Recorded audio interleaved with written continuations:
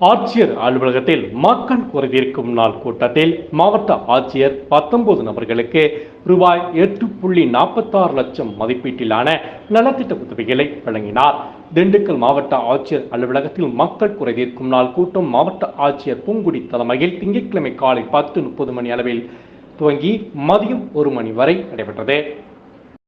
தமிழக அரசின் உத்தரவின்படி பொதுமக்களின் குறைகளை களைவதற்காக பொதுமக்களிடமிருந்து கோரிக்கை மனுக்களை பெற்று உரிய விசாரணை மேற்கொண்டு தகுதியான பயனாளிகளுக்கு அரசின் நலத்திட்ட உதவிகள் வழங்குவதற்காகவும் மக்கள் குறைதீர்க்கும் நாள் கூட்டம் மாவட்ட ஆட்சியர் அலுவலகத்தில் நடைபெற்ற கூட்டத்தில் பொதுமக்களிடமிருந்து 270 மனுக்கள் பெறப்பட்டன.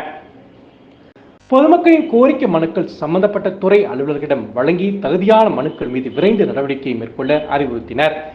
இன்றைய கூட்டத்தில் 3 சக்கர சைக்கிள் கோரி மனு அளித்த மாற்றுத்திறனாளிக்கும் இலவச தையல் இயந்திரம் கோரி மனு அளித்த மாற்றுத்திறனாளி குடும்பத்திற்கும் இன்றைய தினமே ஆணை பிறப்பிக்கப்பட்டு ரூபாய் 9,000 மதிப்பிலான 3 சக்கர சைக்கிள்கள் மற்றும் மாவட்ட ஆட்சியரின் நிதியுதவியிலிருந்து ரூபாய் 12,000 மதிப்பிலான தையல் இயந்திரம் ஆகியவற்றை மாவட்ட ஆட்சியர் வழங்கினார்.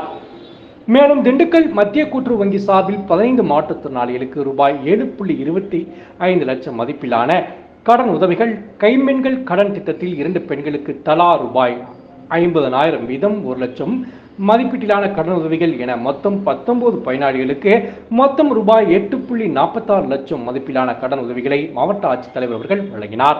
இக்கூட்டத்தில் மாவட்ட வழங்கல் அலுவலர் ஜெயசித்ரகலா, மாவட்ட ஆட்சியரின் நேர்முக உதவியாளர் கோட்டைக்குமார், சமூக பாதுகாப்பு திட்ட தனித்துணை ஆட்சியர் கங்காதவி உட்பட பலர் கலந்து கொண்டனர்.